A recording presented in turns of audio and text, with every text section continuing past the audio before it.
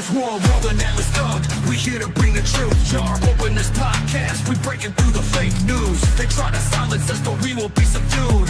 We're bearded alpha males here to save the youth. Spitting fire on the mic with the bass Christian takes. Exposing the lies, keeping the demons at bay. We ain't afraid to speak up. We won't be swayed. Jar open this podcast where the truth is laid. Jar openers, cracking open the lies. We're rolling Atlas Thug. We're here to rise. Bearded alpha males saving the youth from the godless demons, spreading the truth. We ain't playing games, we're on a mission to awaken the masses with our intuition. Pulling out the corruption with no inhibition. Jar open this podcast, sparking a revolution. We're not afraid to stand tall in a world full of deceit. We're the voice of reason, bringing light to the street. Keeping it real, never missing a beat. Jar open this podcast where the truth meets the heat. Jar openers, cracking open the lies. We're rolling Atlas Thug, we're here to rise. Bearded alpha males saving the youth from the godless demons, spreading the truth. Jar open this podcast where the truth will never cease. Join us on the journey to bring back peace. We're rolling Atlas Thug, fearless in our release. Jar open this podcast where the lies will decrease.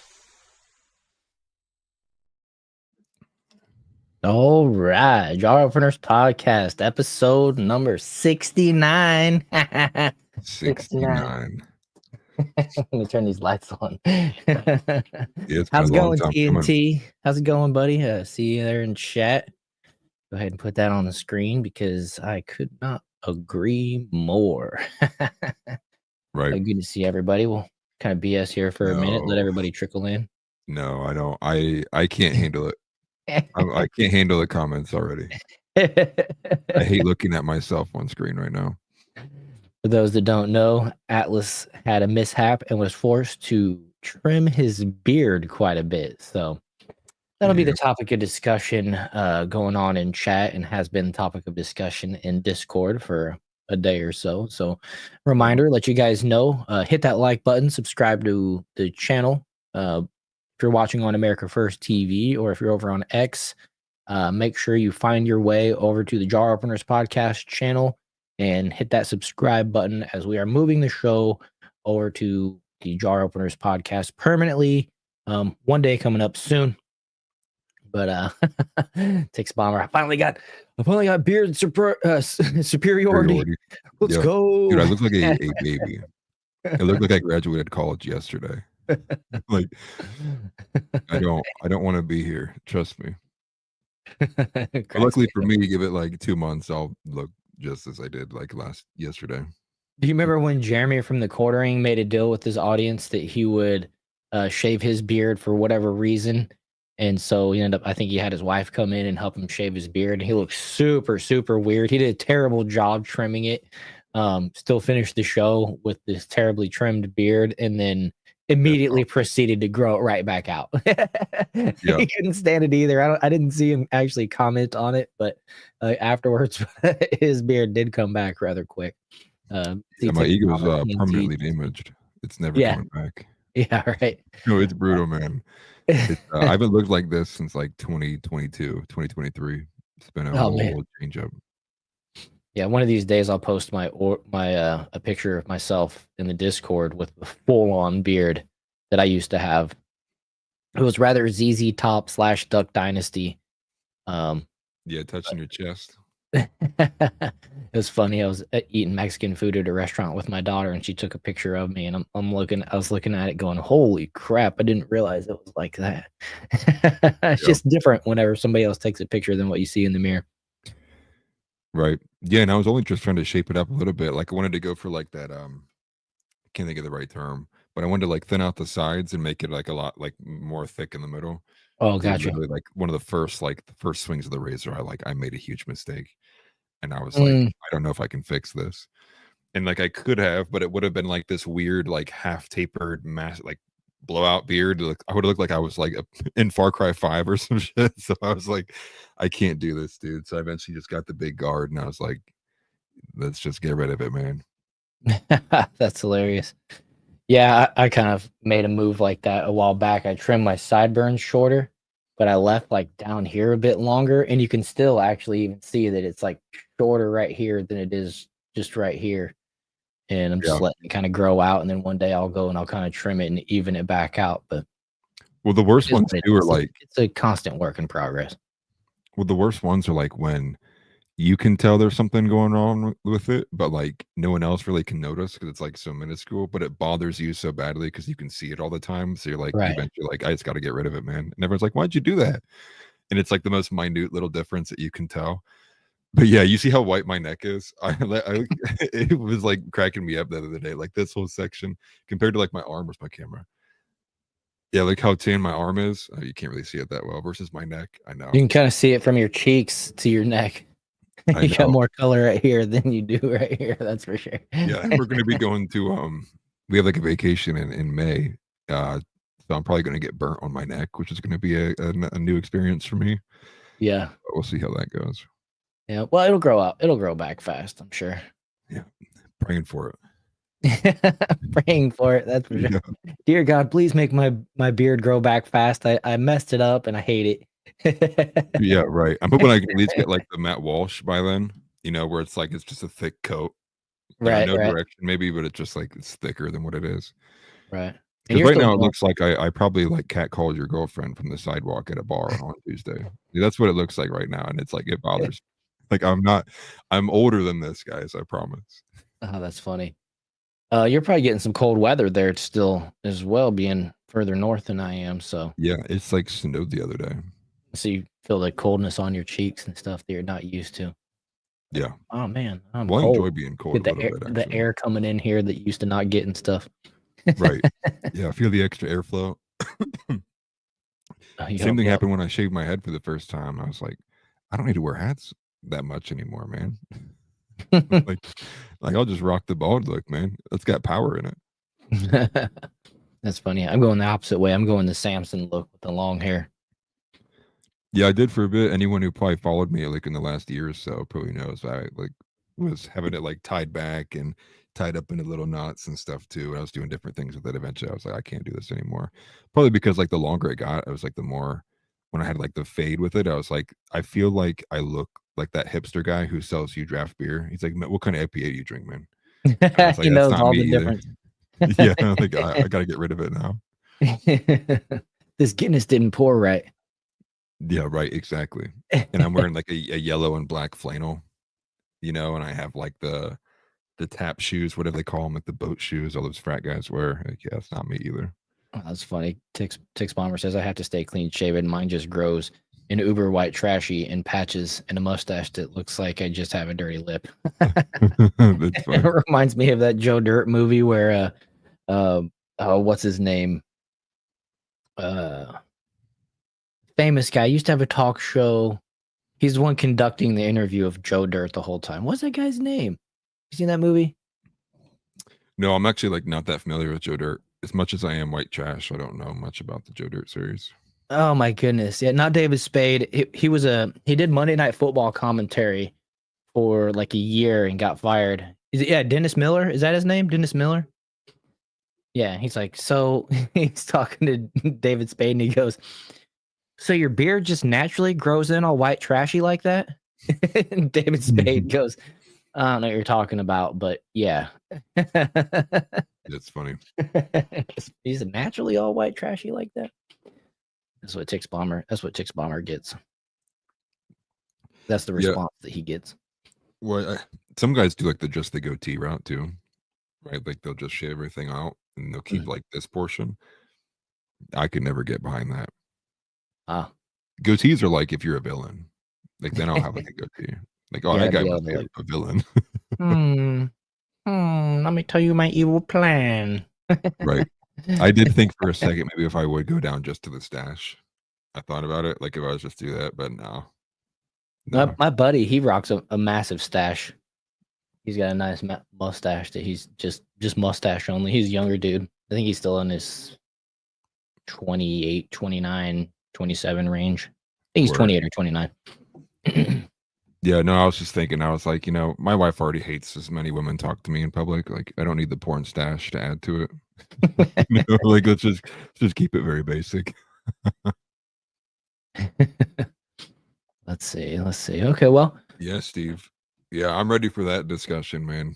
That one, dude, if anyone's not read the comment, did we talk about how Tim Pool confirmed everything we knew? Tim Polenstein story blew me away when I read it. I was like, this has to be fake. When I first saw the news break, it's like, dude, please tell me that this is a fake news story. And I'm like, I'm just on the wrong side of that of X. No, it's not fake. Tim Pool met in secret with Benjamin Netanyahu. I'm still like, I'm shook right now. Like, there's no way this is real. But again, I'm not shocked either. So Right. Yeah, and we'll get right into that one here first, actually.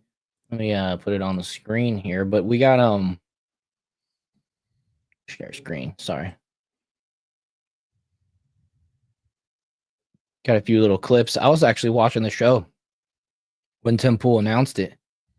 And it was pretty funny, actually. I mean, he seemed like he was being really transparent, not like he was trying to hide anything. And he kind of explained what it was called. I can't remember the word. He'll say it here again. I think it's here is called Chatham House Rules. And that means that you cannot reveal anybody who attended nor attribute anything said to any one individual. And so you can kind of say stuff, but you can't have a quote attached to it. And he went another further step, or then he went a step further and said that if you want an official statement, you request it, and then within a couple days, they actually will give you their official written statement on it if they have one. Yeah. Well, so I like I liked Anomaly's quote on this, but I actually went ahead and I added a fuller version that Timcast News actually posted, which includes this portion of the clip and then what he said after as well. It's about 4 minutes long because I wanted to make sure that we didn't cover it. I know all the people who are like, the pro-Israel guys in here, so I wanted to make sure I included like Tim's full statement from what he had said there. It's like 4 minute long clip there. Let me see. Let me find it. Is it the third one down? Yeah, third one down. Yeah, where it says the author is Timcast News. Okay. I just still like I'm not shocked by any means, but for me it was the specific nature of like what the article had said that was getting like quoted and put out everywhere, which he denies is how it went down. But as it was quoted in the article, basically had said that when Tim was a part of this meeting, that he was the one who had initiated the conversation, saying that he believes there was a Qatari op, that there is a Qatari op that is botting and funding a lot of the anti-Israel sentiment. But in the clip here, he denies it and says he was asking questions like, is there truth to these allegations that there is a Qatari op funding these people? And so like that's the kind of difference that's being made there. But I think either way, but despite like the small kind of minor combatants there, the bigger story is the fact that Tim Pool met in private along with a bunch of other influencers, one of which is the Jessica Lee Krause girl who's attached to the RFK story. If you remember when we covered it, she was one of the pundits who was arguing on group chat that Candace Owens had exposed, who was like close to Olivia Nuzzi, who was like basically RFK's campaign correspondent that was involved in the affair and the allegations, which still we haven't gotten any word yet on if RFK is truly compromised or not, based on his kind of changing of how he was with measles. But like Dave Rubin and a few other influencers were involved in that too. They were there. Now, what I will say too, forgive me, I keep struggling to speak. The main point, yeah, I know I couldn't talk.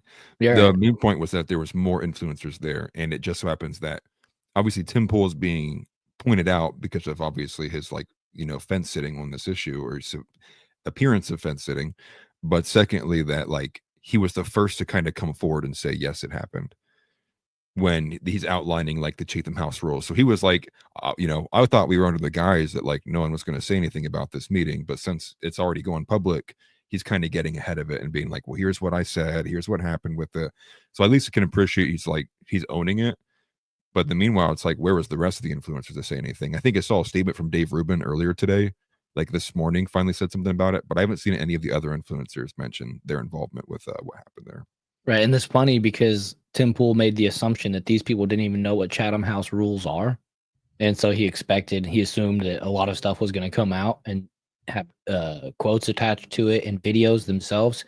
He even mentioned, and he might say this here, But just recalling from what he said, he even mentioned that some of these folks, these influencers that were invited, the MAGA influencers or whoever they are, were filming, walking around with their phones up and everything. So just completely disregarding or ignorant of the Chatham House rules, which I just find funny. The new wave of media just doesn't have the same old decorum and doesn't know the standards that they've followed and practiced in the past. But I'm all for it. I want more transparency, and if we can chalk it up to ignorance, I'm fine with it as long as we get the more information we get, right?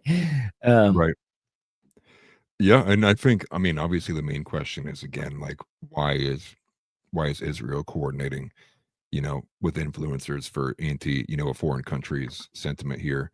And I think the reason why it sticks out a lot too is in tandem with another story, which is the fact that we have, for what department is in charge of that? I had it attached here. Oh, it's the DHS. So the DHS, which is Department of Homeland Security, is screening immigrants who are trying to come over here into the States. They're screening their social media to see if they've ever been anti-Israel, and if they have been, they won't be allowed into the country. Into the United States. Yeah. And it's like, I mean, like, you get these stories in tandem, and you obviously, with everything else that's involved, that's led up to this, and in the aggregate of everything involved with this foreign country, again, you come to this position, which is like, what is driving the sentiment that is placing Israel ahead of the USA, right? Which is like, why, when have we ever had like an anti-American task force, right? Why are we not seeing the story being like, and we're scanning their social media to see if they've ever been anti-America, and if they've ever been anti-American, then they're not getting in the country. But it's not that. It's at the behest of another country that's like not America. These are the questions that I think, at the most base level, from most people, at least pique their interest, and it has that Streisand effect, which is they begin to look at it and they go, yeah, this doesn't make any sense, man. Like, we've been anti-white and anti-America for how long? No one gave a shit for like the last 10 years, but Trump gets in, and instead of deporting all the people who are anti-America, anti-white, we're deporting those who are anti-Israel. It's like, why is that getting the priority? Why is it even a factor? I don't even understand why it's a factor. Right. Who cares in the first place about it? So I think from a very basic America First standpoint, you go, this seems entirely unnecessary to getting the job done. Yeah, unnecessary and potential overreach. But let's play this video here from Tim Pool. I just want to read Tim Anomaly's attachment to it. It said Tim Pool thought he was going to meet with the prime minister of a foreign country, and it was going to stay completely secret from the public. And then Timcast News actually posted this longer video, quotes, absolutely fake news. Tim Pool sets the record straight on the misleading coverage of his roundtable discussion with Benjamin Netanyahu. So let's go ahead and we'll just play this video now. I got late word that I was invited to a private roundtable meeting with Prime Minister Benjamin Netanyahu. It was under what's called Chatham House rules. For those that are not familiar, this means that you cannot reveal anybody who attended, nor attribute anything to any one individual, as they can deny it, and they would. However, what I love about what the White House is currently doing, when you bring together a bunch of influencers and podcasters who don't know much about journalism culture, whatever you want to call it, not that we respect it tremendously, most people didn't know what Chatham House meant. So with all due respect, it's funny because they bring us into the Blair House, which is where Netanyahu was staying. And immediately people are walking around with their cameras, their phones up. They actually took our phones from us. And I legit thought they would maintain Chatham House rules, meaning you can't quote the prime minister, you can't quote his officials and the other people who were there, but you can report what was said generally. If you wanted an official quote on a specific matter, you would then ask an official once the meeting was wrapped, and they'd provide you the exact quote. Or they would just say outright, like, we ain't putting our quotes on that one. So the story that comes out, which basically violated whatever, I was going to talk about what we went there for a reason.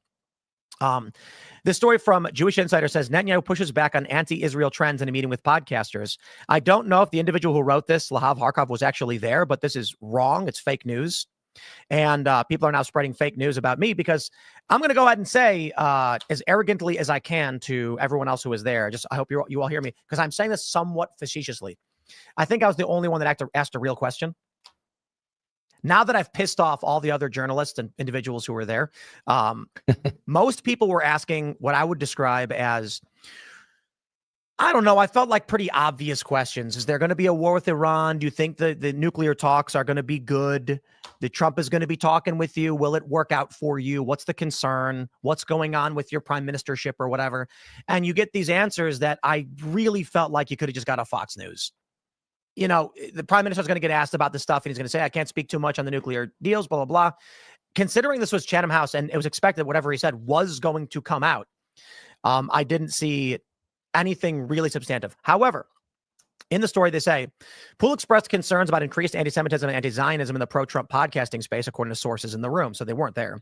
Poole famously had Kanye West on his podcast, and the rapper walked out mid-interview after Poole pushed back against anti-Semitic comments. Responding to Poole, Netanyahu said that the reason he invited the group is to meet with him. To me? Poole argued that there is a Qatari op to manipulate social media algorithms to make anti-Semitic and anti-Israel episodes appear to receive far more views than, say, tips for picking up women, in order to incentivize podcasters and YouTubers to produce more anti-Semitic content. Netanyahu, however, was non-committal in his response, saying that's only possible. Fake news! How dare you, Tim? Absolute fake news. It's close to reality, but this is what they do, okay? First, the person who was there clearly wasn't there. Ask somebody who then conveyed incorrectly what I actually said. I said, there has been a report released from pro-Israel sources alleging Qatar is funding bots and operations to promote anti-Israel content. Is there any evidence that's true? And he said, I don't know. It's possible. That's what happened. I did not say they actually were doing that because I don't know that they're actually doing it. However, I did, to a variety of people, express what I've expressed on this show, that there are clearly bots that are anti-Israel and anti-Semitic. That is not to say that people who are critical of Israel don't exist or that no one is critical of Israel. People certainly are.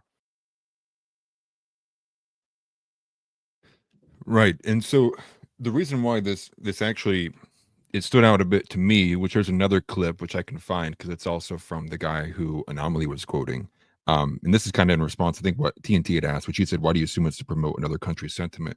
Which this is the reason why Tim Poole had felt the obligation to go, which in this other clip, he mentions that he says, what he sees is the left is already there. The left is already, what's the right word? Anti-Israel. And that what he sees is in the right wing is that the anti-Israel right wing is growing. And so what he was saying was the reason why he thinks it's imperative for Israel to get a hold on pushing for its own sentiment in the country is because he thinks in 20 years there will be no support for Israel in America, which is actually spot on because AF Post had actually, there's another article in here somewhere that I can have. Yeah, so the majority of Americans actually hold unfavorable view of Israel. This was actually reported by not AF Post, who reported that? Pew Research Center reported it, saying for the first time in decades, a majority, 53% of Americans view Israel unfavorably. 50% of Republicans, 18 to 49, hold an unfavorable view of Israel, while older Republicans hold an overwhelmingly favorable view. So the whole idea of this, this meeting with the influencers is the same way to kind of narrative craft and sentiment push. That's really the whole reason why influencers are invited to these spaces at all, period. Now, we don't have a full list of who was there, I don't think, at least not that I've seen. But the idea behind the meeting was to push things for a pro-Israel direction. It was kind of meeting with these influencers to get a kind of briefing of like what their thoughts and opinions are of the current sentiment when it does come to Israel, which is obviously why you have Tim Poole asking about, are these allegations true about the anti-Israel sentiment with the push? So even if you take Tim Poole at his word, which is he didn't say it as fact, he was asking about the validity of this report. It's because the whole conversation about that revolved around how can you reshape the narrative around Israel. So the whole thing was meant in a sense to kind of gauge what the next step should be to promoting a healthy pro-Israel sentiment, which is what their kind of prerogative was. Right. And I mean, it just, of course, naturally, it's not going to be anti-Israel sentiment. They're not going to have the meeting in the first place, if you know what I mean. It's just to basically maybe, in my opinion, set a few new talking points. Essentially, propagandize some of these people that they see as the, the top influencers on the right. Right. Essentially, like you said, we don't know exactly who it was. and we'll probably never know exactly what was said. But I think it's safe to say that, safe to assume that it was a pro-Israel sentiment, kind of feeling in the room. Right. And Steve mentioned something about Tim Pool a little while ago. Let's see, where's it at? Let me go back up here. In the past, Tim Pool shut down co-hosts who brought up the U.S. Liberty attack and basically anything that leads to anything Israel's done as far as influencing our politics or nefarious actions. And I would argue making an excuse for Tim Pool, but that's a business decision that Tim has chose not to go there, because the platforms that he's that he's on most prominently, YouTube, doesn't like it. And Right. so when you're making millions of dollars off of a platform, typically you don't elect to say the things that they don't like, right? If you can fill your time with plenty of other relevant stuff, you just don't go to that 1%. It's a smart business decision, and it's something that we should probably take his advice and follow his steps. You know what I mean? A little bit more, but it just is what it is at this point. Yeah, I mean, I think it's the reason why I think it's obviously major news is because people are just concerned. Obviously, this is like we've been talking about for weeks now. This topic can't leave the room. It is kind of baked into the news cycle right now, because when you begin declassifying all these documents, which was promised with the Trump stuff, as well as the current ongoings of the Middle East, it's like they're everywhere. It's like you really can't like escape it. And so it Right. becomes to be more major news when you're taking some of like the largest influencers in the space, which I think Tim Pool's live show is like, in terms of conservative American media, it's like in the top 3, top 2, maybe even the number 1. Well, in the Rumble space. Live he is. Rumble Live he is. Oh, so The he is top- number 1 Rumble Live. So Yeah, then, I mean, his daily show, that Rumble lineup has been top streaming shows for like 2 weeks now. Crowder. We talked about some of the other people. I can't remember the girl who goes on before. There's another dude that goes on before. Then there's Crowder, and then there's Tim Pool, the quartering.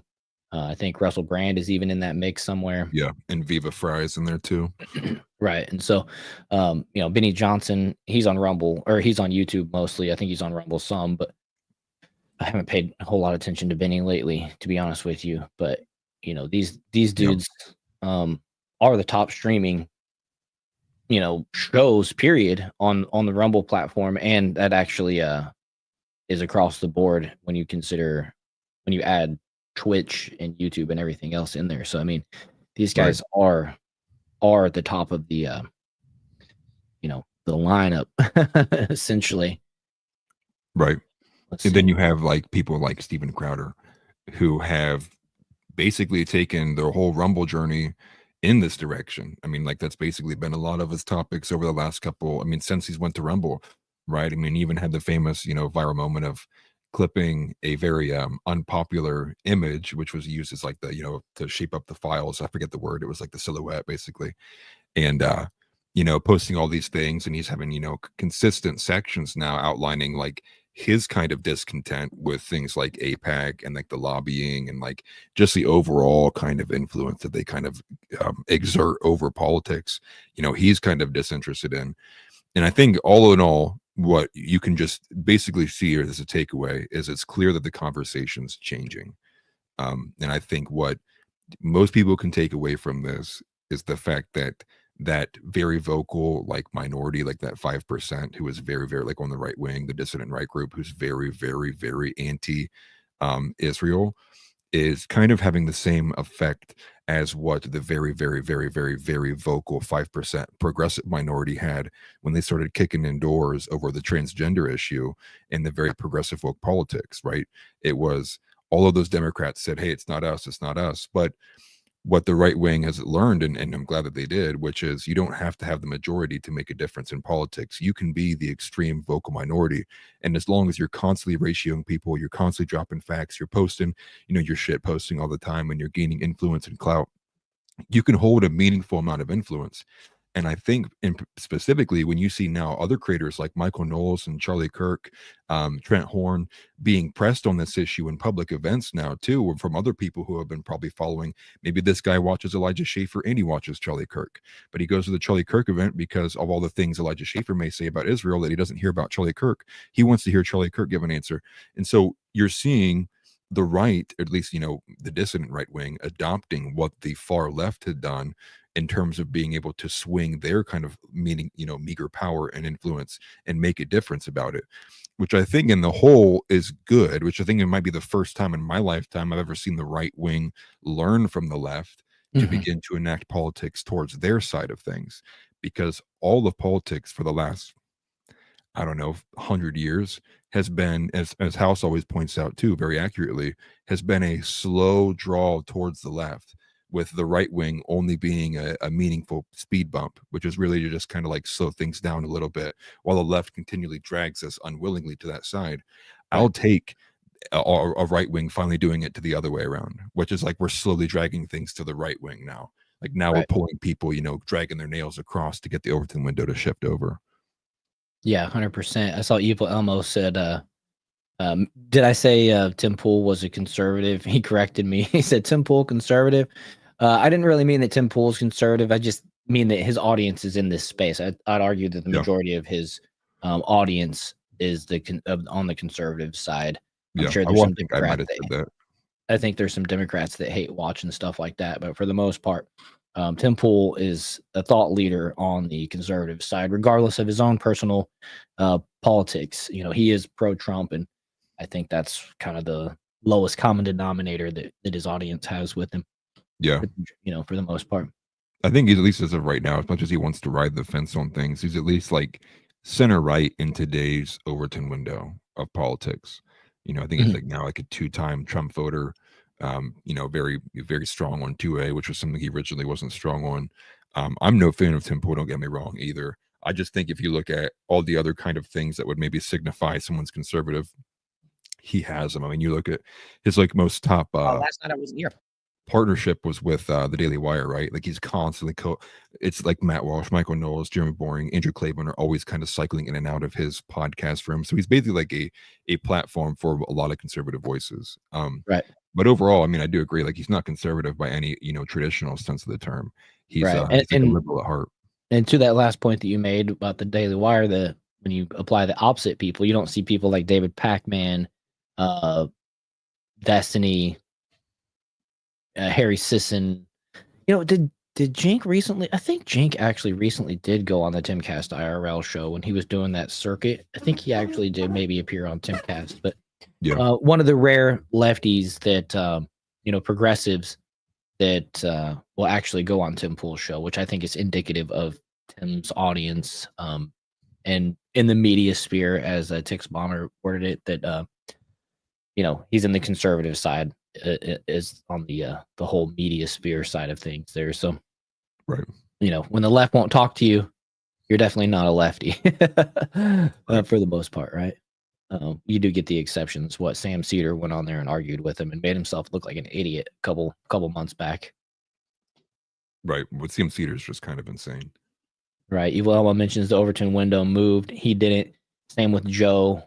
And the left them. Yeah, exactly. That's what happened to Elon. That's what happened to Trump. Potentially RFK, certainly Tulsi, which is why we kind of gravitate to have these connections with some of these traditional Democrats that MAGA can see eye to eye with, which is also indicative that MAGA isn't necessarily a cult. We're willing to have a conversation with anybody and accept. When somebody says, hey, I was wrong. I mean, even Lindy Lee, one of the top fundraisers for the Democrat Party, she has been taking it in the worst ways from the Democrat Party, all for her basically saying that she didn't like the fact that the Kamala Harris campaign was lying to her and by proxy lying to her donors. She feels betrayed. And they call her the worst names that you can call an Asian person, that you can call a woman. They're funny, though. And she was on Piers Morgan just today, Lindy Lee. But Oh, Mindy Lee too. I don't know who that. Maybe you're mentioning somebody else, just me. But yeah, when somebody that's raised tens of millions for the Democrat Party is now out here saying, "Look, I lost 25." This is a quote. It's not an exact quote, but she said something to the effect of, "I've lost 25% of my uh, net worth in the last week due to." Chicken comments. Due to okay, so Lindy Lee said, I've lost 25% of my net worth in the last week due to this Trump tariff stuff, talking about the stock that she's lost. And she says, I don't care. I'm willing to ride with Trump on this. And that's huge for somebody that's literally raised tens of millions of dollars for the Democrat Party to try to get Democrats elected in multiple elections. For her to sit here and say, I trust Trump, that's a big, big U-turn.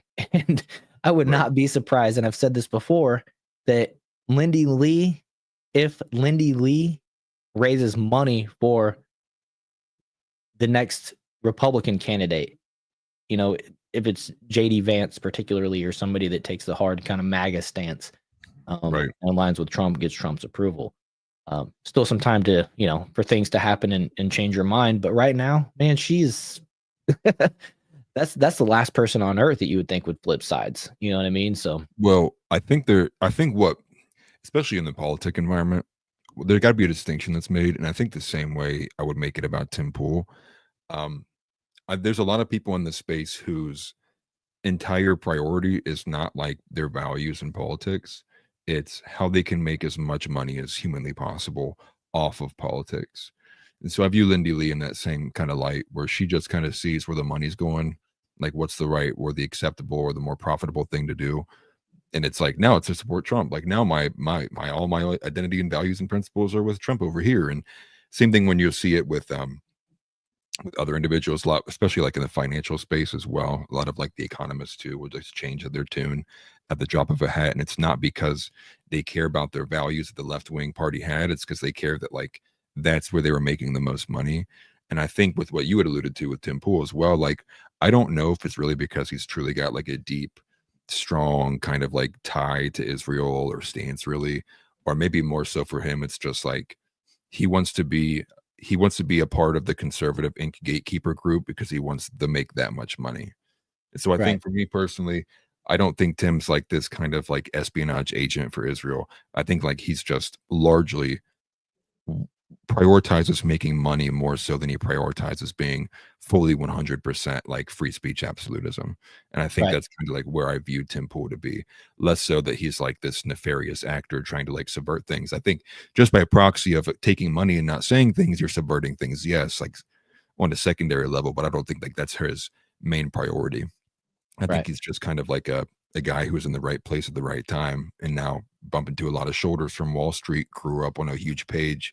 And now he's kind of looking of like, well, if I want to maintain this current profit margin and own this company, and he's already spoken to it too, right? Like he wants to get to a point where he's like not having to do as much work and like kind of like taking steps away from things. So like a lot of the times when you listen to him, a lot of what you hear Tim Pool talk about is money and company and things like that. And you kind of get this sense that he's like tired of doing the same routine. So I think for me, when I hear him talk about anything like this in relation to it, I think it's him kind of, jockeying for position to like always be ahead of things, make as much money, because I think his long-term goal is probably to get someone to take over that hosting position for him, so he can kind of be this figure out in the distance, kind of like a Jeremy Boring figure, where he'll come onto the shows and say something occasionally, but it's really all of the guys that he kind of grew and maintained, and his underling hosts, if you will, to take over for him at some point. Yeah, I mean, potentially. I think he'll always want to have a talk show, but maybe he just wants to only have the talk show and not have to worry about paying all the bills and stuff like that. I've heard him say in the past that maybe he should have just, made videos and not worried about building an empire. And he sees other people that have kind of done it that way. And he's like, dang, I could have just had a lot more money in the bank and not have to worry about all this extra responsibility. But, he's made the choice that he wants to build culture, and he's reinvesting all of his earnings for the most part. And so like back into the company, I mean, and, it's like you said, he kind of found himself in the right place at the right time with a couple situations. And, you know, then when he started that live show, giving people access to all these different personalities and opinions, was something that people gravitated to. And, you know, and then he just elects, and he said this part before too. He's like, if I can say 99.9% of everything and just avoid that 0.1%, Right. maintain my business and not just kill my own business because I got to say that 0.1%. He's like, that doesn't make any sense. Why would I take away everything so that I can say the 0.1%? Right. You know, and so it makes sense, especially when you consider YouTube pays you to make videos on their platform. There's no down payment. There's no investment. It's just you make videos, you post it.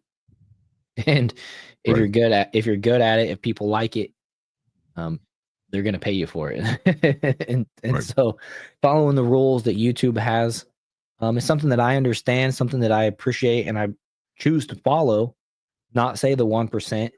You know, you saw a struggle last week. You saw me struggle last show. I mean, talking about the whole COVID situation. You know what I mean? Some of the things that you're not allowed to say about it. And it sucks because it's real simple to say. Everybody understands it, and so you just have to kind of avoid it, and then you're able to continue. But if you want to say that last little bit, then good luck doing it on one of the smaller platforms, you know, that's not trying to pay you for it. And not to mention, YouTube holds multiple gigabytes of videos and storage. It's actually pretty wild. You could store your own videos and use it like an external hard drive. All you have to do is upload your pictures, your videos to YouTube, and then mark them all unlisted. They're there for you and nobody else, or only people that you share the link with. And you know what I mean? They'll store a lot for you. And so anyways, it's you know, it's a useful platform, and as long as you follow the rules, then, you know, and I think that's just what Tim Pool, not that he's solely focused on the business side of it, but it's just a smart business decision just to not go to the 0.1%. You know what I mean? There's plenty of stuff to talk about. That's why we started doing the show 3 days a week, because there was so much to talk about just on a Saturday.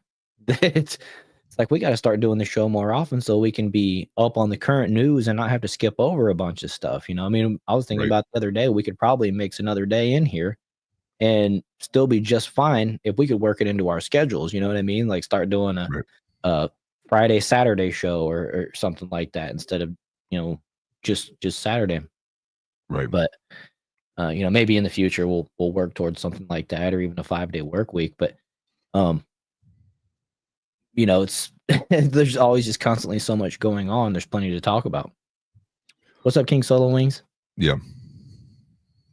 Everybody else that I missed, I appreciate everybody for being here. Make sure you guys hitting that like button. Make sure you're subscribed to the Jar Openers podcast channel. And if you're in a Discord, click that link in the description and come join the Discord. Keep these conversations going 24/7. Yeah, I guess I acknowledge, and I think I agree with everything that you had said. I think that's it's a fair assessment. I guess the only thing that I would even add to that would be, I think I would respect it more if you did avoid that 0.1%. You just would always kind of default to, I plead the fifth.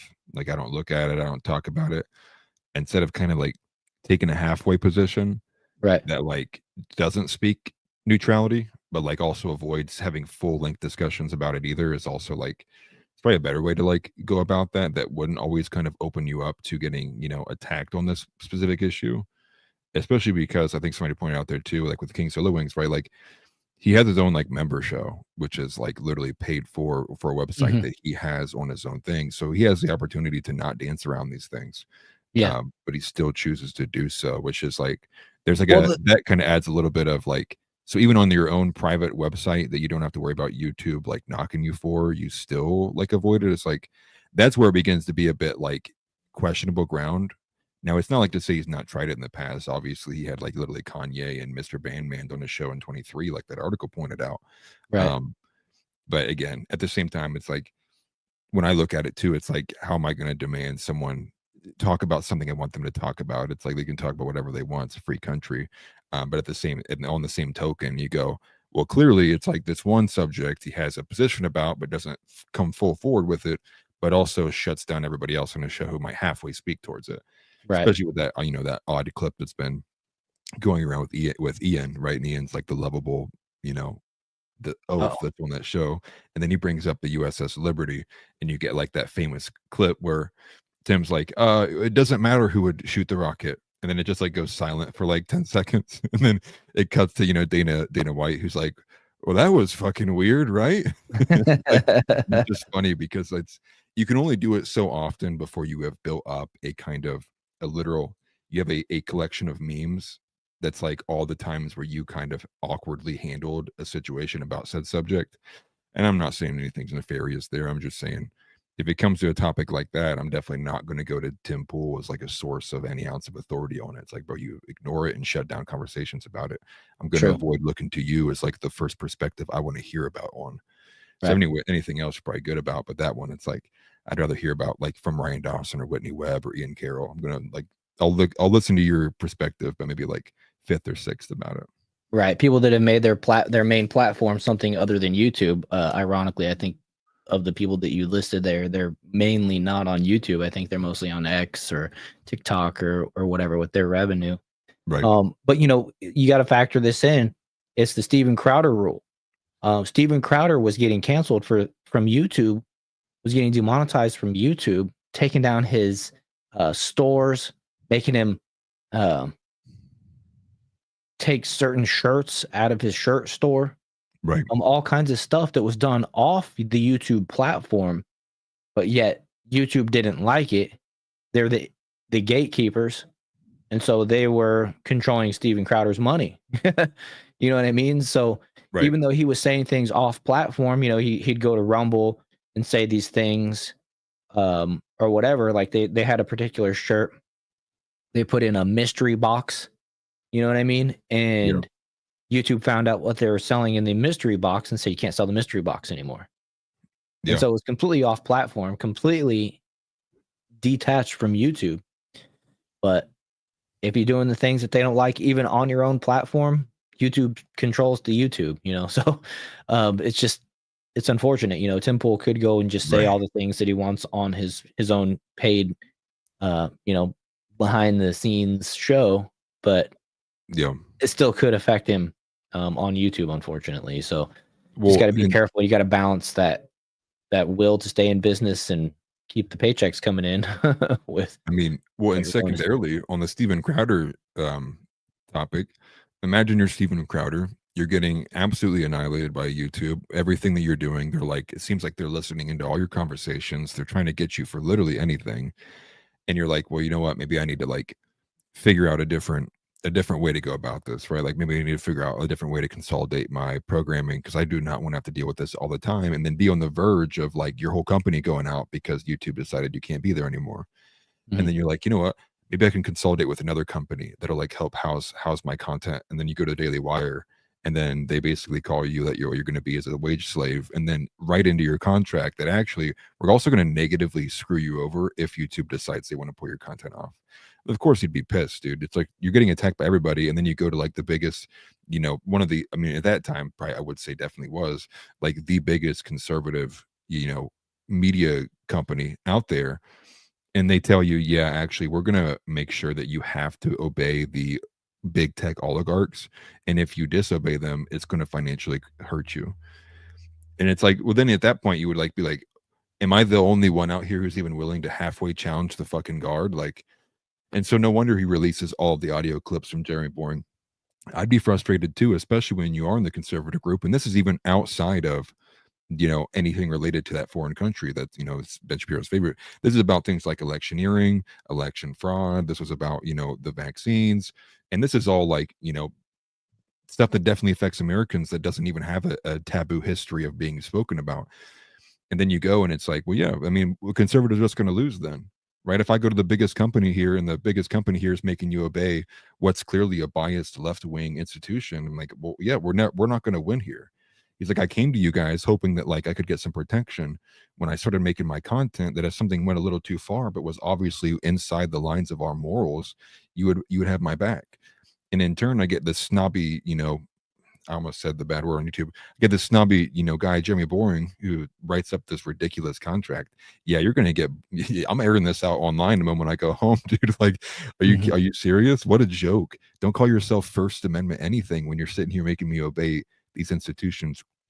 And I think ultimately that was the start of this long kind of cycle that we've had here, which is the right wing kind of discovering itself, which is a lot of people waking up and realizing the people they've listened to for the last 2 or 3 years is a lot slimier than they thought, or wasn't showing the full picture, right? Being led to believe I'm fighting for you every step of the way, and then in the back room they're like, and actually make sure you obey every rule on YouTube, because you don't, I mean, if you use that money and it hurts us as a company, like, yeah, you're gonna have to pay the consequences. And and that's like, you can't escape the matrix like that, right? How can you beat the matrix by working inside the matrix? It doesn't happen that way. When you go to the Matrix movie, how do they beat it? They had to pull themselves out of the system. They couldn't be in the mainstream anymore. They had to figure out how to beat the system outside of it. And and like they're fighting all these kind of crazy battles. I mean, even goes blind. Kind of a loose reference there, but again, yeah. like, Well, I mean, he was the anomaly, the glitch in the system that the Matrix couldn't control. You know what I mean? Right. So yeah, I mean, it's a good thing, good analogy. I think you can't beat anything by operating within its confines. Right. Which I think that by itself defeats when I hear Tim Pool say the 99.9 thing. I think ultimately it still falls on its face. It's like, you'll never be able to be someone at the edge of the Overton window pushing things if you always deny yourself ever putting your hand on the wall to push in the first place. And I think that's where I ultimately kind of disagree with that whole 99.9%, where it's like, if you're forever going to tie yourself, handcuff yourself to working inside the system, there's only ever so much you can move inside before you're going to lose kind of authenticity, genuineness, and then credibility ultimately to the guys who are doing it outside of the system, who are kind of navigating being censored and canceled and pushed away, which is why I think you're going to get more guys who look up to figures like Sam Hyde, look up to figures like Andrew Tate, look up to figures like Mr. Bandman. Like that's ultimately why, because people are going to respect that more, and they kind of see more value in it, especially when the Overton window accommodates that and begins to get more aligned with that too, and it's moving in that direction. I don't know. I just think a lot of the mainstream guys in Connick and a lot of the gatekeepers are going for a rough ride for the next couple of years. Yeah, sorry, I was typing to chat. Oh yeah, get everybody over here on the Jar Openers podcast. Yeah, trying to get some folks over and making sure everybody knows that the chat is going on the Jar Openers podcast channel. If you're watching on America First TV, make sure you click that link in the description and show us a little bit of love. We're building the Jar Openers channel based solely around this show to separate it from America First TV. Yeah, do click that link in the description and make sure you subscribe to the Jar Openers podcast. Also, click the like button wherever you are, share, all that good stuff. Appreciate you guys. Appreciate all the love and support. The channel's been growing nicely in the last couple weeks since we started it, and much thanks to everybody. You guys are great. But that's where all the chat's happening as well. We always try to encourage the chat to happen over on the Jar Openers podcast channel. Yeah, we need more arguing. We need more screaming and fighting. Right. No, but I mean, like, I think, even on like the anti-white stuff, the very, the pro-white things as well. I think it's very lackluster, a lot of the responses we get from people. And this is even on like the multiculturalism aspect of things too. I think this is why, I think there was it the recent thing with Charlie Kirk, right, where he was at a live event. I can't remember what campus he was at or where he was at, but a guy basically asked him, he was like, so if you replaced everyone in America with Indians, would it still be America? And at the time, at the interview, he answered yes. He was basically saying like people are entirely interchangeable. And then it was like 4 hours later, he sees how badly that resonated with his audience. And then he gets like, he wrote like a 9-paragraph quote response about how he misheard the question. And then he like completely reversed course on everything he had said, because it was clear that like the audience is like we're not interchangeable. Like America would not be America if you put a bunch of Indians here and replace every white person on this planet. And so you're seeing this kind of, someone had said earlier, right? People are like not afraid to be getting called racist or homophobic anymore. They're getting Right. more and more assertive and not afraid to be like, no, I am proud to be white. And white people built this shit. And you should actually, be paying deference to that. I'm not going to sit here and play by these stupid race rules where the white guy loses all the time. That's what I think, that energy too, which that's outside like what gets you banned all the time. But this is kind of like more general rhetoric that it seems Connick is trying to find a way to navigate and be closer to where Gen Z is at. Because I think you see a lot of like the younger generations not giving a shit, quite frankly, anymore. Right. And don't care about being called racist at all. Right. Well, they don't own stocks and they've grown up. I mean, a lot of these folks haven't been on the planet as long as us. And so their experience with presidential candidates and left versus right has been Democrats have been in the White House for 12 of the last 16 years. And, they can look around and say, look, I don't like this. And Democrats have been in the lead. And so have been in leadership. And so who gets the blame? The Democrats. And what are they telling us right now? They're telling us to abort our babies, some even as far as in the 9th month. I mean, there was even the one governor that was talking about, or maybe it was a mayor, I can't remember, was talking about, post-birth abortions, making the baby comfortable, and then mom and doctor go make a decision. It's like, fucking crazy. I can't even remember what state that was in, but that was a wild conversation. And for one, to be like recorded on audio, you're saying that too, is like, yeah, your career is over, dude. Like, you're done. Right. At the same time, the same party is telling men that it's okay to compete in women's sports. The same time, the feminist movement comes from the left, yet there's no feminists out there standing up for women's rights to oppose the trans agenda. And so there's the hypocrisy, and there's just nothing that makes sense. There's it's all built on a house of cards, and that house has been exposed. It's tumbling. It's been windy for a while, quite shifty, and it's all come tumbling down. And like you were saying, Gen Z. Millennials are in their 40s now. I'm like right on the edge. I'm either the last of the Gen X or the first of the millennials, and I'm about to turn 44. And so, damn, 44. Yeah, we're not talking about that. I didn't mean to mention that out loud. No, I'm just messing. I know. I'm gonna make a joke about this. I was hoping this podcast would last longer in a couple of years. I was gonna retire tomorrow. But these young folks, they don't care. They don't care about the tariff war, which we're gonna go ahead and move on into here. They don't care about the tariff war. They don't own stocks. They're not anywhere near retirement. You know what I mean? Retirement age. They're more worried about how to put food on the table. They're more worried about starting families, becoming homeowners, becoming landowners, building their own businesses, having these opportunities that the boomers have kept under lock and key, and they're gonna die with. You know what I mean? Right. And Tim Pool actually had a good breakdown on what's going to happen with the housing market once the boomers die off. Yeah. These Gen Zers are going to start receiving these properties and stuff like that. And his assumption was that property values are going to drop massively when this happens. They're going to get this property. A realtor or somebody's going to be like, oh, it's worth, $600,000. It's worth $300,000. They're going to list it. It won't sell. They'll drop the price. The price it sells for is the price that it's valued at, is its true value. And that's not a certainty, but I thought it was actually broken down pretty well. That, wow, like that's crazy. When that happens, that's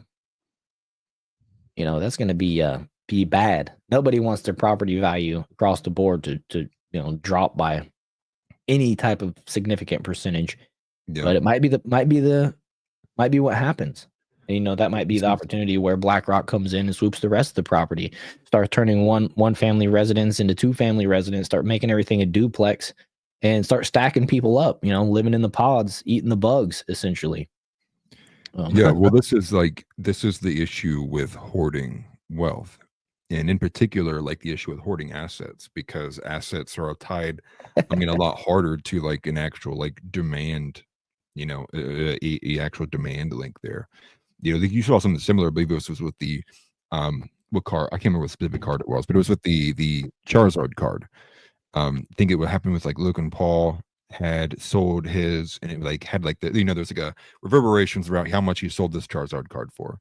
And meanwhile, there's like all of these other individuals who'd been hanging on to this Charizard card, who was like waiting for it to reach some kind of apex point to sell it.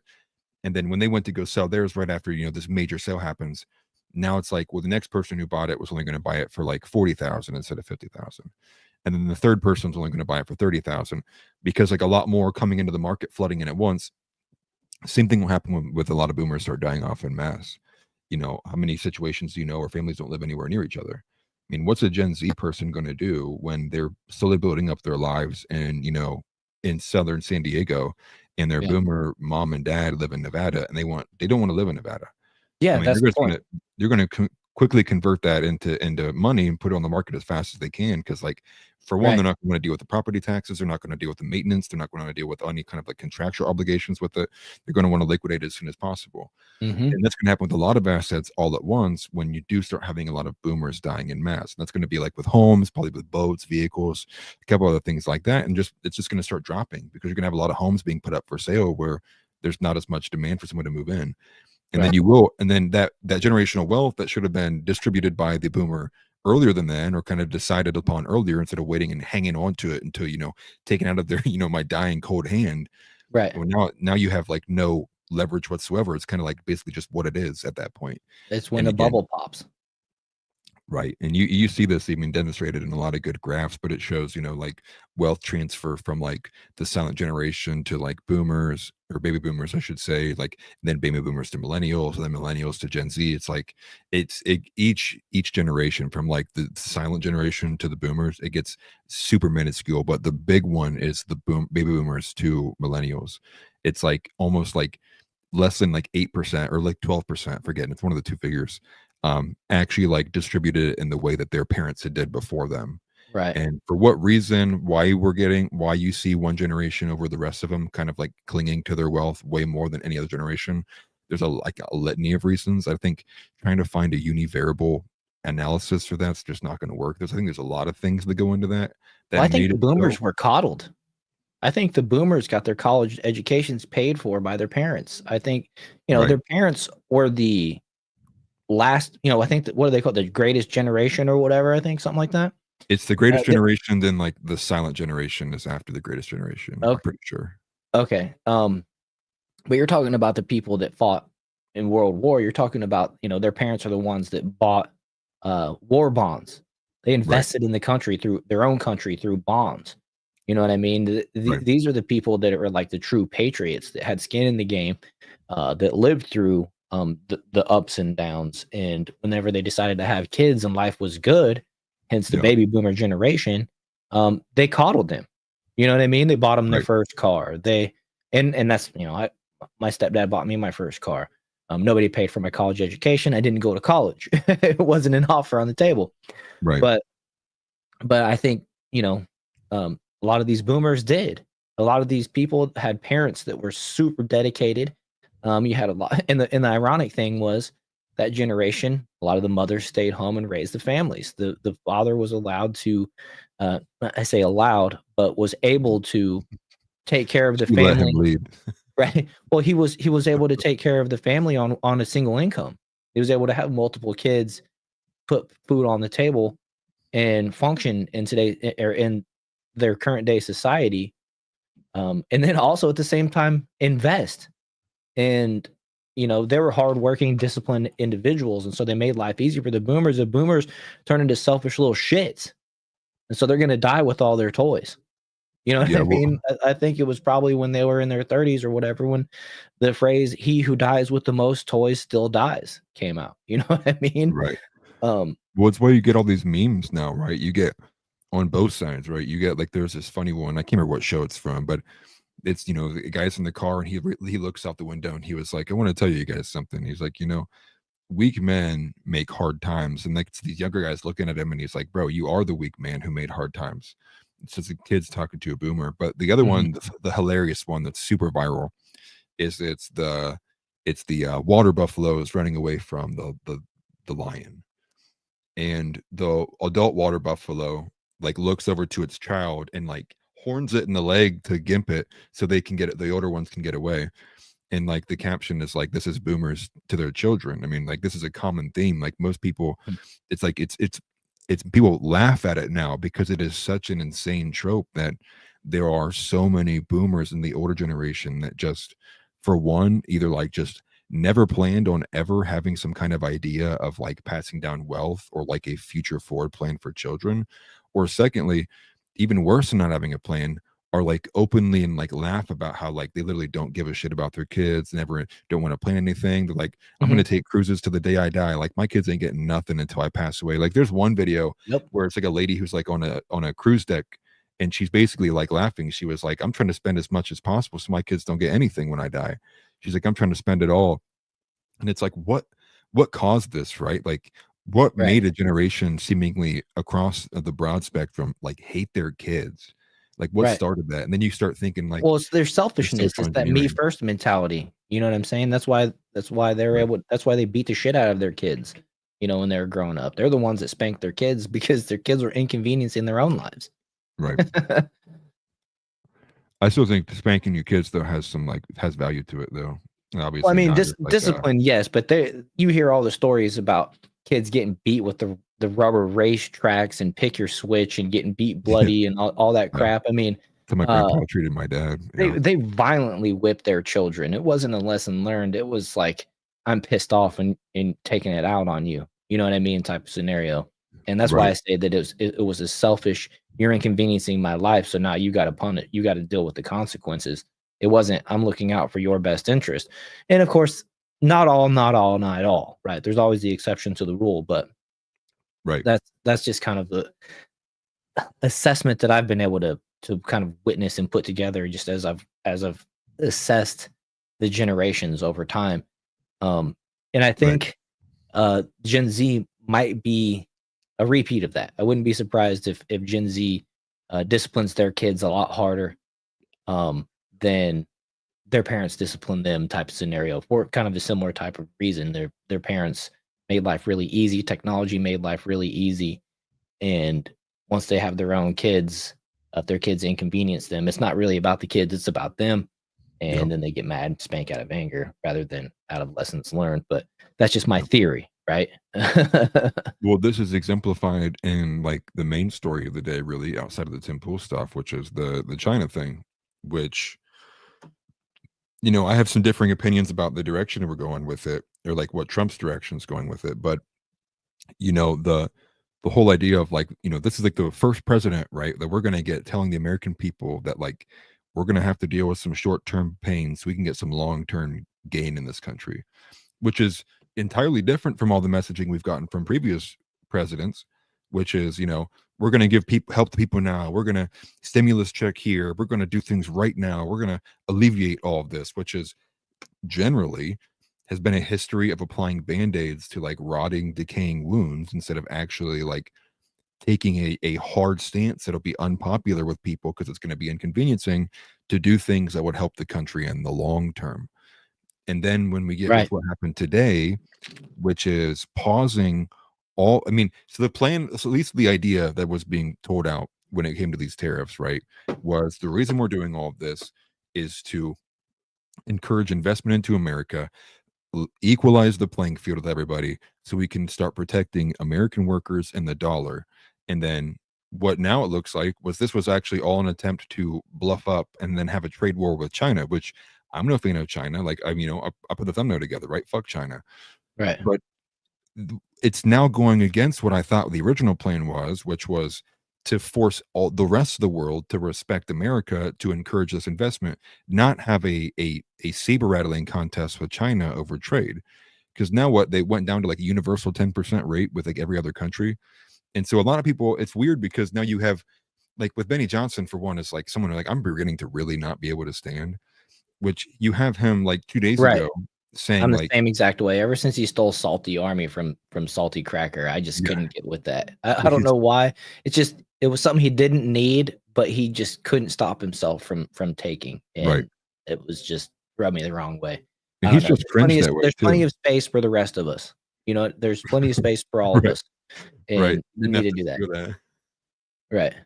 Right. And well, I mean, and then what he's doing is like, 2 days ago, he's like, yeah, people need to deal with it, right? No one needs to be panicking about this. Like, we're gonna have to we're gonna have to, like, people are gonna have to lose some money if we want to fix this country.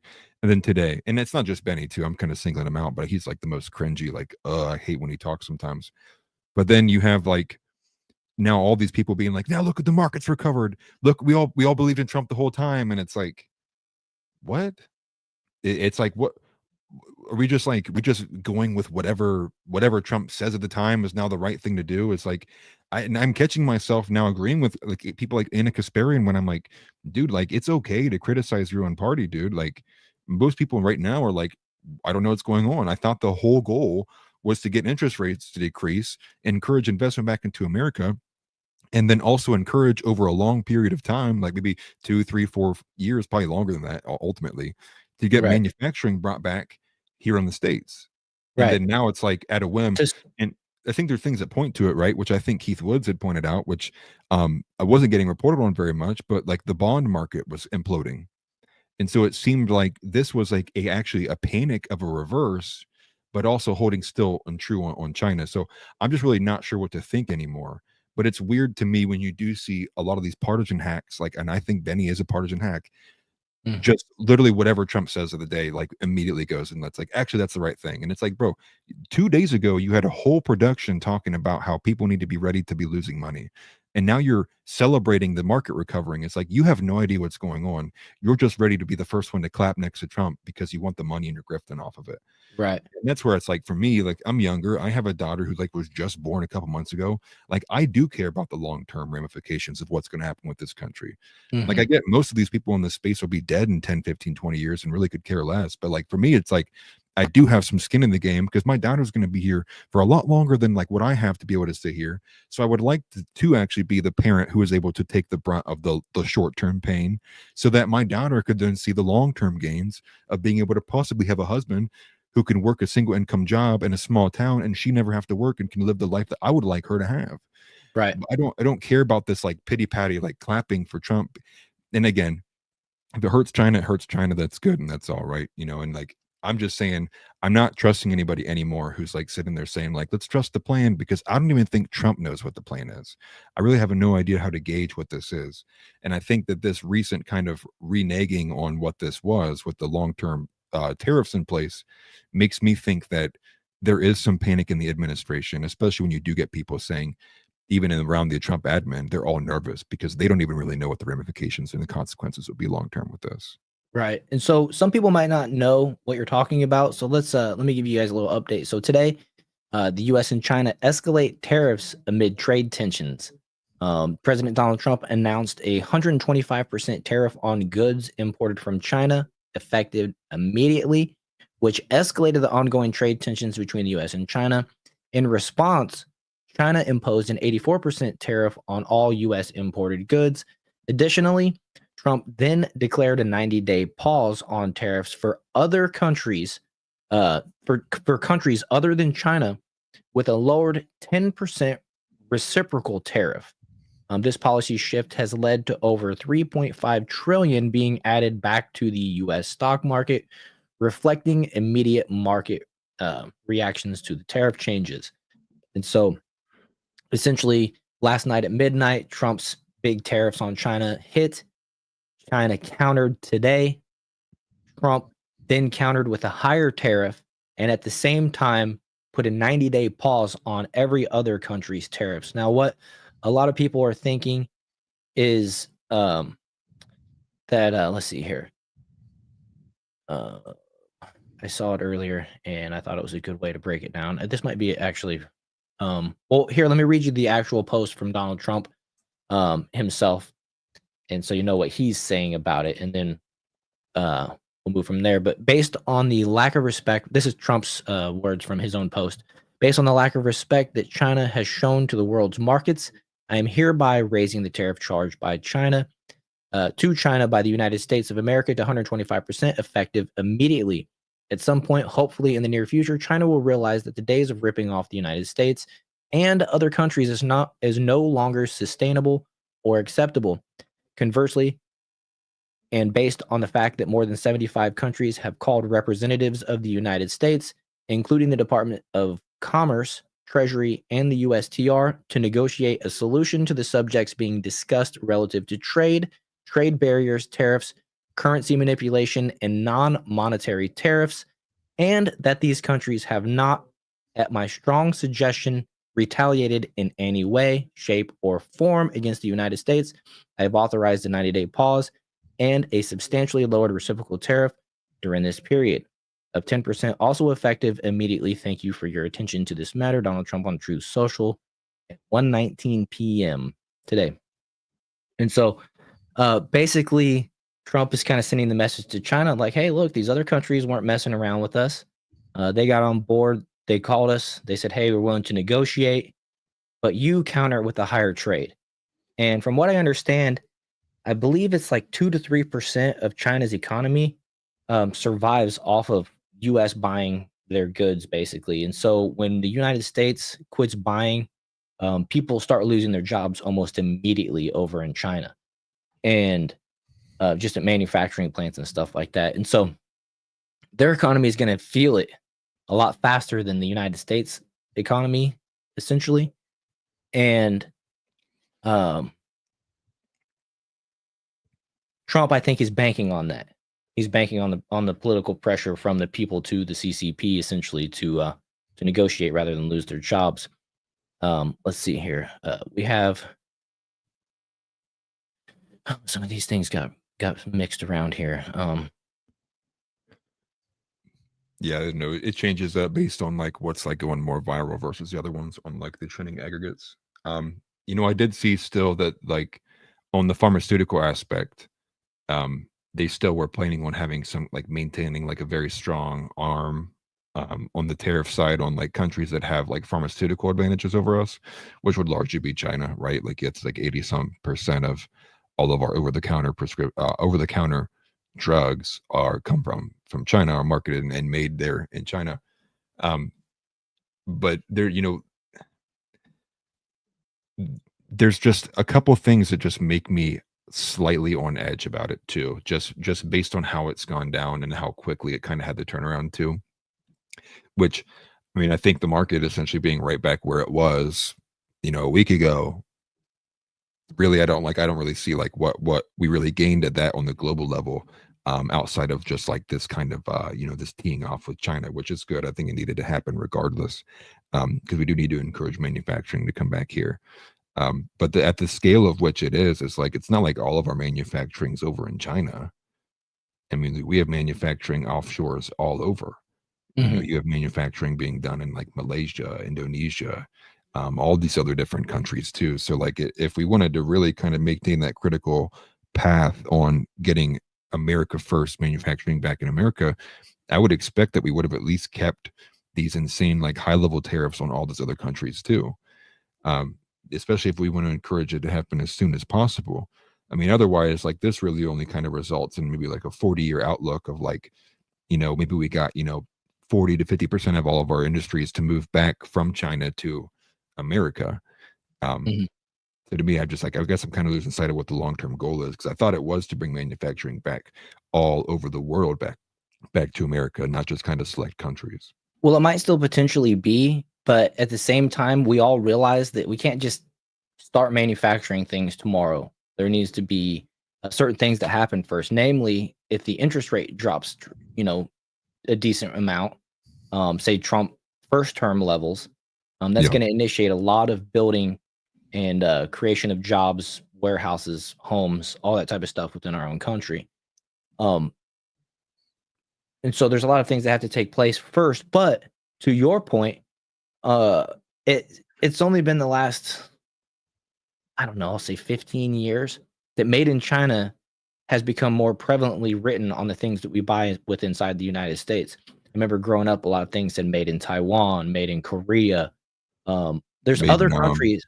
Yeah, there's other countries that can pick up the slack where we lose from China. And if these countries are the ones that are willing to negotiate with us and not try to counter, it's like, okay, well, maybe we can start having this particular washing machine. Yeah, Walmart, Chris, exactly. Maybe we can have this particular washing machine or refrigerator or whatever, instead of made in China, make it in Malaysia, make it in Korea, somewhere that has these facilities already in place. And now we just buy from them instead, right? Something like that could bridge the gap to the point, to get us to that point in 20 years where we are now producing everything in-house, right? Because like I said, it's not going to happen overnight. So maybe we can remove it out of China, remove it from the CCP's power. At the same time, you are hurting BRICS, you're hurting China, who China openly has stated multiple times that they want to replace the United States as the world police. They want to control the world, and there's no way that we should allow. I think we should do everything possible to prevent China from achieving that goal. I mean, it's ultimately the Communist Party. We don't want that. You know, that's definitely not good for United States and our way of life if that happens. But they outwardly and openly are saying that the CCP is. So Right. Well, this is like the dilemma, right? Which is, if we want to not, because it's like, on one hand, everyone wants to like not be involved in foreign wars. They want to, not be doing this world policing. But at the same hand, you can't then fear if China becomes that, right? Like, if we want to walk away from being the American empire, well, someone will be the American empire. They will be like the supreme power in the land. And so this is kind of always where you get like the pro neocon arguments from people like Elad Eliyahu, who do want to rule from like, peace through strength, but in the means of not even just soft power, but hard power as well. And so this is like this is why I kind of get confused, because you can't be America first and also be the world police. But that also means you will probably have to relinquish some things to other countries that are willing to be the world police. And this is kind of like the dilemma, right? Which is, we have experienced, everyone here firsthand in this chat has lived through an America that does not prioritize its citizens. And I think, quite frankly, most people are tired of it. right. And I don't think that you can really stretch that this anti-China argument that far before people start realizing, like, wait a minute. So yeah, we're not fighting in the Middle East anymore. But like, if we're still all sending all this funding to worry about combating China and different countries that they're trying to influence, we're still in the same situation, which is America involving itself through soft and hard power operations, destabilization, intelligence operations through the CIA and otherwise. And we're still in a position where a lot of our attention and focus and funding is getting sent out of the country to go focus on international endeavors. And so I think that's kind of a question I think most people need to ask, which is like, are you okay if China's like the one who's thrusting and saber rattling the whole time, and they're the ones who are, telling the rest of the countries who can have nukes and who can't have nukes? And I mean, that's a question I think most people need to ask themselves. Like, are you ready to experience that kind of globe where America does step away and relinquishes its like top power in order to worry about itself? And I think you can have both at the same time, but just not in the means of which what we're seeing rhetoric wise from like the government. And I think, if you want to have peace through strength, you can achieve that by also being a bit isolationist, by maintaining your kind of like defense systems and saying, yeah, do whatever you want over there in Asia and India. Like, we don't care. But at the moment you start threatening us, it's like, well, now it's like a different situation. Right. But We're nice. We're kind. We'll work with you, but FAFO. You know what I mean? Peace through strength, peace through prosperity. It goes hand in hand, essentially. And it's unfortunate that the left is opposing Donald Trump so blindly. How do I say that? With their blind hatred, right? If Trump had the support of the majority of Americans, which he does pretty much. I mean, I saw a graph today that people either were neutral or for it, and when you combine the two, they actually outweigh the people that were against it by over 50% with the tariffs, as it related to the tariffs and stuff. But just imagine how much clout, power Trump would have when negotiating these tariffs with these countries, specifically China. if even the left was behind him. They're saying, look, we don't like it, but you're our president. You're fighting for us, and that's your job. Instead, they say, oh, we don't want meddling. It's like, well, what do you mean meddling? It's not meddling. It's the sole function and priority of the federal government to negotiate, foreign affairs, war, immigration, tariffs, treaties, trade. And that's their sole responsibility. They're doing their job. Don't talk about meddling. If you don't like them meddling, that's just a cop out. That's your bullshit excuse of blindly just hating it because Trump has something to do with it. But if they were out here and Trump had the backing of the Republicans and Democrats in the House, the people, there would be no stopping him, right? And they say, oh, that he's a tyrant. There's no stopping him. We can't let him do that. He's fighting for us. He's fighting for you and me. He's fighting for the gay, the straight, the black, the white, everything. If you're an American, that's what America first means. Right. And, you're talking about a dude that's traditionally a Democrat. I mean, if it's just so weird that they just hate him so much and so hard. And it's just unfortunate because he could get so much more done with their support if they rooted for him. And instead, they root against Donald Trump. They root against our own country, their own country, essentially, because they hate Trump. And I don't know. I mean, ways. And that's the thing. People who as much as there are people who are hate Trump, and it's blind hatred, and it's Trump breaks people's brains, and for whatever reason, I just Trump derangement syndrome. Right. It's TDS, and it goes both ways, right? The same way I kind of don't like the fact that Benny Johnson claps like a retarded seal when Trump does anything. You have the equal amount of people on the left who Trump could tie his shoe and he didn't do it fast enough, and they're like, oh my gosh, Trump's so old. Look how old this old man is. It took him 8.9 seconds to tie his shoe. It should take him 7 seconds. Fact anyone who's nuanced is not being listened to, and that's kind of the unfortunate reality of it too, where you get it's so polarizing, right? And it's these are kind of the downstream consequences of everything being super super super tribal, and it's almost like a calling card. The moment I might I could say something where it's man, Trump did this thing and I didn't like it, and people will be like, whoa my gosh, look at this, listen to this leftist over here, and it's dude, I'm just criticizing Trump, or the same way when someone on the left, they're like, you know what, well, I think that one thing that Trump did, I think I saw some positive, some things from that. And Brian Krasenstein's like, wow, look at this Democrat, so-called Democrat, who praised Trump for this thing. Mm-hmm. It's insane. It's there's you can't have reasonable and logical discussions around people who cannot contain their emotions and listen to an argument from point A to point B. You get nowhere with it. The same way with a lot of different kind of topics. You can say one thing and they'll immediately their mind is just blinded by all the talking points just flood into their brain, and next thing they become an NPC and they're just spew, spew, spew, spew, spew. It's the reason why the longer I've been in politics, the more it's the very never meet your heroes kind of argument. Yeah, because the longer I've been in it, the more I've been increasingly disappointed with the reality of which a lot of people are typically just kind of saying the correct opinion or whatever their party's opinion is, towing the company line. And to me, that shit is so depressing, because politics is supposed to be about having the individual nuanced arguments in it, which is why all these smaller groups that make up the larger groups never can seemingly go anywhere or have strong influence, because it is everything's so adjudicated and formulated for the national level, which is very, very kind of shallow, easy to understand, easy to digest points, which leaves out all of the nuance out of the conversation. Yeah, definitely. So Scott Bessent weighed in here. This is a post from the Vigilant Fox. Scott Bessent says that Trump didn't just raise tariffs, he set a trap, and China walked right into it. This is what 4D chess looks like. This is what 4D chess looks like. Markets are rebounding after Trump slapped 125% tariff on China imports while giving a 90-day pause to other countries. So let's hear what Scott has to say about this.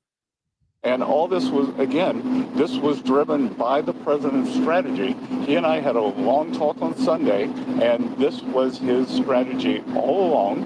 And that, you might even say that he goaded China into a bad position. They responded. They have shown themselves to the world to be the bad actors, and we are willing to cooperate with our allies and with our trading partners who did not retaliate. It wasn't a hard message. Don't retaliate. Things will turn out well. And all this. And if you remember in Trump's first term, he was the one that was out here saying, look, Russia's not America's #1 enemy. It's China.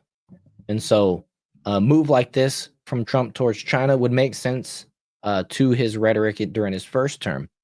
Kevin O'Leary also weighed in, and he actually took a hard stance. And I was kind of surprised because I believe this dude's traditionally a Democrat, but he's just a businessman, no nonsense kind of businessman.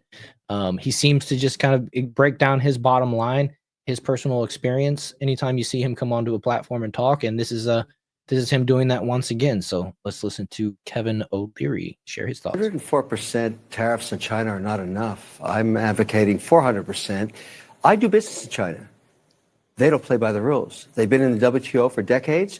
They have never abided by any of the rules they agreed to when they came in for decades. They cheat, they steal IP. I can't litigate in their courts. They take product, technology, they steal it, they manufacture it and sell it back here. Never has an administration. 400% tariffs? What would that look like? Xi on an airplane to Washington to level the playing field. It's just not about tariffs anymore. Nobody has taken on China yet, not the Europeans, no administration for decades. As someone who actually does business there, I've had enough. I speak for millions of Americans who have IP that have been stolen by the Chinese.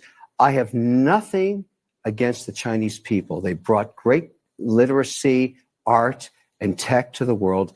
The government cheats and steals, and finally, an administration, you may not like Trump, you may not like his style or his rhetoric. Finally, an administration that puts up and says enough. 400% tariffs tomorrow morning. He'll tell you why. Xi can only stay the supreme leader if people are employed. If we wipe out any business there, because we are still 39% of all consumables on earth and 25% of the world's GDP, America is the #1 economy on earth with all the cards. We will not have that forever. It's time to squeeze Chinese heads into the wall now. Well, hold on a second, Kevin. Well, I hear you, but hold on.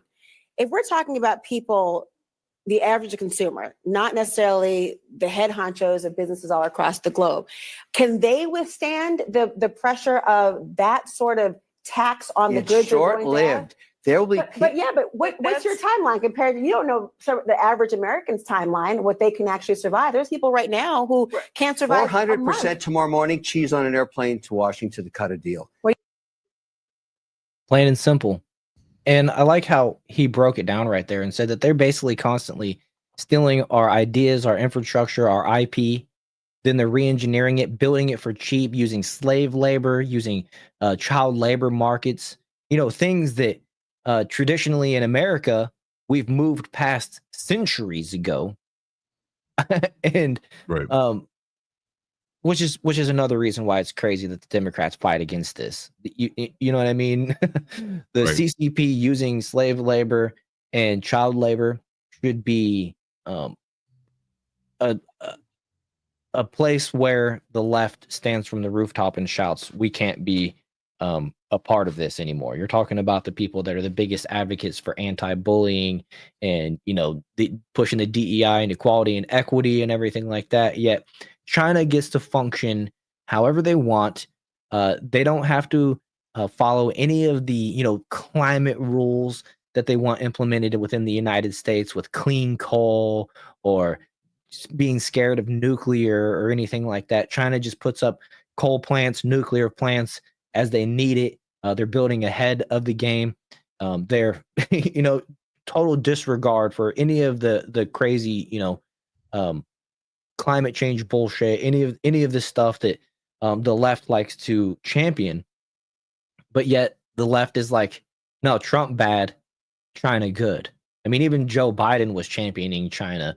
We saw Canada as championing China, and it's like, What are you guys' principles? I thought you guys were the party for the people and freedom and liberties and stuff like that. And here you are actually against the country that's trying to stop it, the country that stopped it centuries ago. You know what I mean? Right. And this as a ties part- into the H-1B visa discussion, which was obviously on a long-term scale. Like we will have to make our people live on their knees if we want to compete with China. I mean, like what you had said, right? They're using child labor. They don't have the same kind of protections that the early union movements in America had laid out to protect its workers and all the labor. And we can't compete with that on a long enough timeline, which is why you did see people like Elon Musk who were adamantly in favor of things like immigration. Which, funny enough, you also had Elon. This is also another quiet story that's not being reported on quite a bit, but Elon in private disagreed with the tariffs.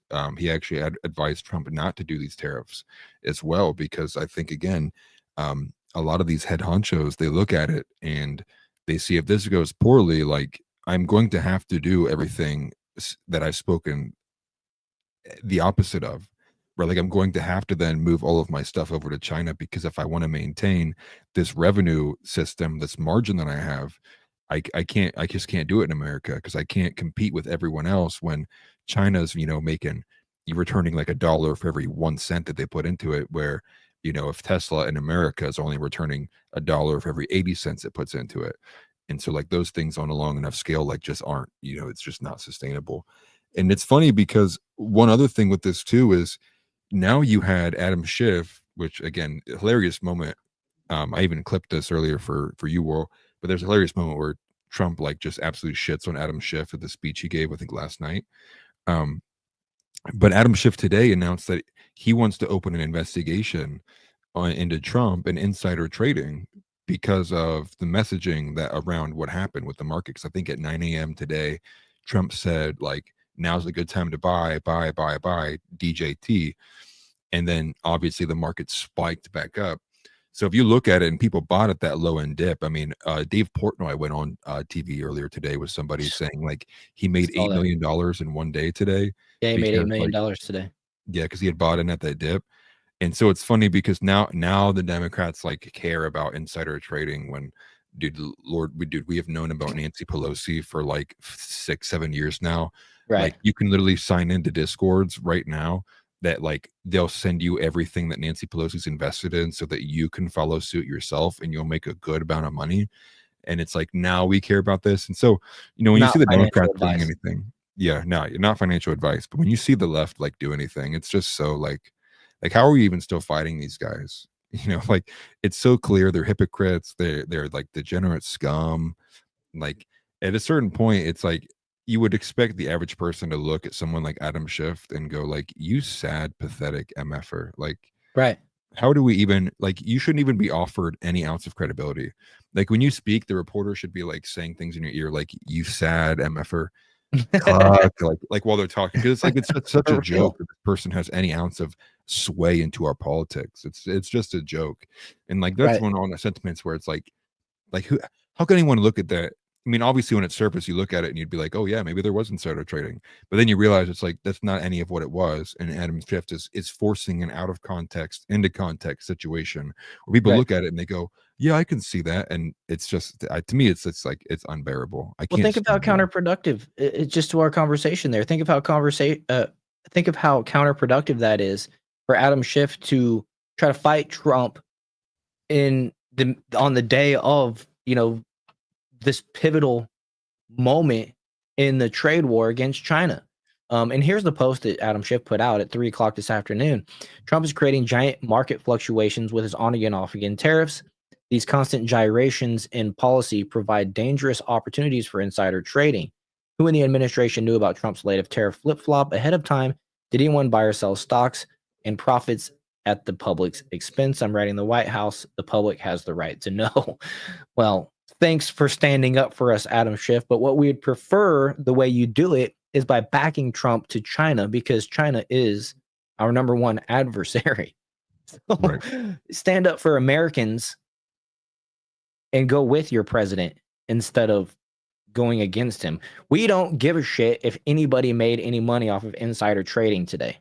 We care way more about the trade war and what goes on with these tariffs with China. Yet it's something that nobody approves of. We all agree. There shouldn't have been insider trading. And if somebody, but the thing is, the writing was on the wall. I was telling my friends in my group chat, watch, tomorrow's going to do the same thing. For 2 days in a row, we saw the markets up in the morning and dip off in the evening at the end of the day, right? Same thing again. I believe that was a trend that happened today. I'm not sure where it actually ended up today, but the day before, trying to think, it was yesterday and the day before, and I was like, look, this is an opportunity for day traders. I was going through all the talking about with retirement to one of my more intelligent friends when it comes to stocks and investments and stuff like that. And it's like, look, if you're managing portfolios right now, unless your person is retiring today, everything's fine. And he corrected me and said, no, it's not just the people that are retiring right now. It's people that are taking dividends. So everybody across the board that's taking dividends felt the effect this week, like on their little paycheck, their whatever was a little bit less than whatever, right? But if you're a day trader, if you're somebody that's managing portfolios for others, you saw this as an opportunity to buy low, sell high multiple days in a row based off of just the natural ongoings. This is not Trump trying to manipulate the market for insider trading. The dude is a multi-billionaire. They need to stop trying to accuse Trump of trying to get rich off of the American people and off of his position as president.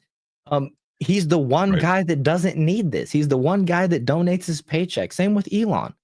And so it's just creating division inside when Adam Schiff comes out here and says this, rather than just backing Trump and saying, yeah, China, FAFO. You know, imagine how China would respond if the Democrat Party and our leadership would say, yeah, we actually agree with Trump on this. Even without you're fucking that, us over, and we're not going to stand for it any longer. Sorry, go ahead. Even with them being, petulant children, we still did get like a redistribution of wealth, which is overall a good thing, right? Because you have this massive sell-off. People are just panicking. They don't know how low their investments may sink to, so they're just trying to retain what value because, they're like idiots when it comes to financial markets, just like the rest of everybody seemingly is. Mm-hmm. And so it allowed like people who had free income, they see they're going to buy the dip, right? So like they got some money to throw away, right? Here's $1,000. I'll go buy into these little companies here now that we're seeing this massive dip. And just think about it, so maybe there's like a group of 30-year-olds, probably a lot more than just a group of them, but a lot of guys who are probably like in their late 20s or maybe in women too, but like, late 20s, early 30s, probably end up buying at the dip. And then coming into today, that $1,000 probably turned into like, 10 grand, or I can't remember what the overall metric was for the aggregate, but I think it was like a 4.2 multiplier is what I think most people saw across the board. So, if you put in $1,000, you invested, and now you have, $4,000, you just got a huge leg up. A lot of that wealth did get redistributed. And so on the small scale, it might not be that big of a difference for a lot of like the higher ups who sold out, but there probably were a lot of people in the middle, on the lower middle class who were able to make a good amount of money off of this. Now, is it generational wealth kind of difference? Probably not, but there probably still were probably a few couple guys in there who probably, gambling experts, if you will, probably went ahead and just threw a lot of things at the wall to see what would stick. But again, it goes back to this, the cult mindset. I don't even know really what it is with Adam Schiff. I don't know who looks at these. I mean, you look at that tweet there and it's what, like 18,000 likes on it. Like, who are all the sub 50 IQ people who liked that tweet and was like, man, Adam made a really good point here. Like, those are the people like we're really fighting against, which is like somehow these people who are 40, 30 years old, but like have the mindsets of a 2-year-old child with Down syndrome. Is like, that's what you're really fighting up against, which is why it kind of gets tiring to fight against the left at a certain point, which is like, aren't we past this, guys? It's like, aren't we all kind of like moved past this? Like, you're kind of like retarded. Everyone knows like you're dysgenic and you just really kind of hate yourself. You don't have any good points to say. Like at a certain point, it's just like I'm dying for people to just look at the left and go like, dude, you're clinically insane. You need to go find a home, move into it as soon as possible, and you probably shouldn't have kids because you can't even raise yourself. Well, And that's just kind of what I feel when I see Adam Schiff. Right, and this response right here is perfect. The OC Patriot says, get off my screen. If he told the entire world to buy 3 hours before announcing the pause on tariffs, it's not insider trading. You complete bloviating, weak-minded asshole. And that's actually true. If he told the world to buy when it was down, and then he makes this announcement and it pops off, he's made a bunch of people money. Like he told everybody. It's not insider trading when you tell everybody on your X and the Truth Social accounts. That's crazy. They don't do that type of crap. Have a good night, Chris. You don't do that type of crap if you're insider trading. You know, you're Martha Stewart getting inside information and then having to spend a year in prison. Yeah, Martha Stewart. Which was nonsense. Let's see here. Explain this shift. Total net worth of Mitch McConnell and Nancy Pelosi when elected was 4.4. Now their net worth is 360 million. Yeah, start investigating everybody evenly if you want to be principled. It's these unprincipled positions that make us just laugh at you and not take you seriously. You know, if you want to be taken serious, you got to at least be consistent with your beliefs and not give half the group, you know, half the people a pass because they have a D next to their name, and then just do anything and everything, including lie, cheat, and steal against the other half of the country because they like Trump or it's Trump himself. Right. It's just crazy. And we see that. And that's the thing about it. The young people right now, Gen Z, they see that, you know, just as much as we do. But what they're seeing to go along with that is Adam Schiff isn't fighting for them. You know, he's fighting against Donald Trump and he's not fighting for them. He's not fighting for anybody. And these people are just like, don't care. Don't fucking care. All I want is my bills to go down. I want to have a family. I want to have kids. You know what I mean? I want to have time to take a vacation and have some money in the bank and some peace of mind because it's stressful.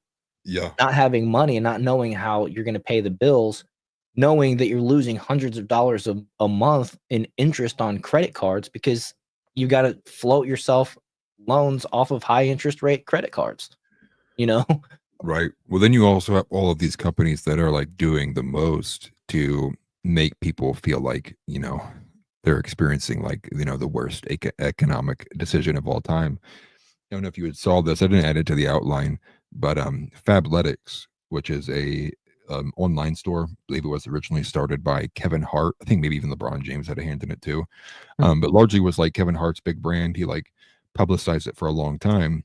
When you're checking out with their website on Fabletics, it actually has now, I don't know if they changed it since the news of today, but they had like a section at the bottom that was like tariff surcharge. So when you checked out at the shop, when you look through all of your expenses, right, it's like subtotal, total, tax, shipping fee. Then at the bottom, it was like tariff surcharge. And so I think the example that I saw was like a $70 for shorts or pants or something. And at the bottom, it was like a $44 surcharge. So their total was like $100 some, but like a massive surcharge included in there as well. But you know, you see that as well with like a crazy story with Apple. Apple booked 5 planes all together, and they filled the entire plane, all the seats, with iPhones to avoid the tariffs. Right. And so now you have all these like public stories of like these huge companies trying to avoid, you know, and evade all of these like, you know, essentially like kind of like tax evasion, basically. But again, you know, and then you have the IRS show up, you know, with a brand new polished 9mm showing up to your doorstep if you know, didn't file your taxes the right way. You did a $600 transaction on Venmo and didn't claim it. Right, exactly. It's a lot of this where, you know, it really kind of makes people really, really hate these large companies because it's like, dude, you know, if I even halfway attempted to like fudge something on my taxes, I'll have my life destroyed. But meanwhile, these like multi-billion-dollar companies will still do these ridiculously gay stunts, like putting iPhones in a plane on United Airlines and then send it to California so they can avoid these things, which is, again, the main point of it was to change those kind of spending and operational behaviors from these large companies, not to encourage them to like break the law in weird ways like this. Right. It's really weird. I did hear, or I saw something that was alluding to Apple might be actually looking into making the iPhone in the United States. I think it's probably going to cost twice as much if they do, especially if it's effective immediately type of scenario. Or do you know how much they said that it would cost? No, I don't. $32,000 for an iPhone if they made it in America is what Apple said. Holy crap, that's what it is? Okay, I was thinking maybe 2 or 3 times, maybe 4 times. People are thinking that it was just, it's a bloviated number. Like they're throwing that out there to like scare people into going against Trump and saying like, no, my iPhone, I don't want my iPhone to be $30,000. Like I maybe it's true, but like that's also kind of speaks to just kind of how out of control then we've allowed the manufacturing to get. Yeah. And like what these kind of trade deficits are that we're experiencing, and how we don't have any leverage when companies do go to look. And I think even Mr. Beast had come out and said something about how he's like, even with the tariffs in place, like it's still cheaper for him to make the chocolate bars overseas. He's like, it's not accomplishing what we need it to. I saw something like that. I didn't understand it. I needed to kind of read it and try to understand what he was actually saying. But yeah, that's kind of the gist of it. What I understood too was that he's saying I'm still making them cheaper overseas, and the tariffs have no effect on my Mr. Beast bars or whatever they are. But yeah, the Feastables, I think is what they're called. Yeah, I think that is what he called it. Yeah. Which again, yeah, maybe. So it's like, if that is true, then it's like maybe the tariffs need to be more, right? Right. The only Apple product I can afford is juice. So I'm talking about evil Elmo. I've never had an Apple thing. I had an iPod, I think 15 years ago or something like that, but I don't got anything Apple. What is an iPod? JB says, good thing I saved my old iPhones. I'll pay off a mortgage when I sell them. Yeah, right. That's good stuff right there. But yeah, it's pretty wild. Let's see here. What else we got? We only got like 8 minutes left, 6 minutes left. Yeah, get in a better habit of shutting down at the 2-hour mark. Yeah, guys, just so you guys know, my wife was like, why'd you wrap up so abruptly last time? You need to not do that and give everybody time to say goodbye and stuff. So we're going to work on that, but we are trying to keep the show under 2 hours. All the editing software that we use, once you go over 2 hours, has to be done manually. There's no like AI that helps you cut clips or anything like that if it's over 2 hours. And it makes our job way, way more difficult and time consuming when we're putting together clips and stuff like that. So we've been trying to keep it under 2 hours. We might actually run a little bit longer today. It hasn't been as beneficial as I thought it would be, but they want me to go from like paying $120 a year membership on StreamYard to like $70 a month to take it to the next tier to be able to use more time and stuff like that. And it's just, look, we're not making any money off the show right now, so I can't justify spending $75 a month on that. But maybe when the show finally takes off, which with your guys' help, sharing, liking, subscribing, commenting, all that stuff in due time, the show will. And I gotta say, the numbers on the new channel for the Jar Openers podcast has been fantastic. You guys, I'm so grateful and thankful, and for everybody that's helped. And we've got this little community that we've built here, and I just love it. And you guys are helping us out a ton. But we might go a little bit longer today. I don't know. What is your schedule like? Do you want to run a little bit longer, or do you want to? You can keep going if you want. I was going to hop off here at the 2 hour mark. Okay. Well, we'll wrap it up here in just a few minutes. I've seen some more viewers are trickling in, and so I was thinking maybe we'd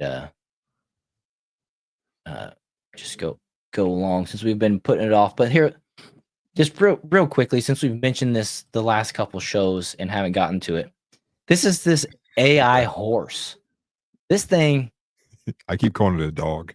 It looks cool, and I really want one, but some of the maneuvers that they're showing off here in this video, I think I would die if I attempted was on it. This thing's like jumping around, like it's pretty wild. But look at this thing.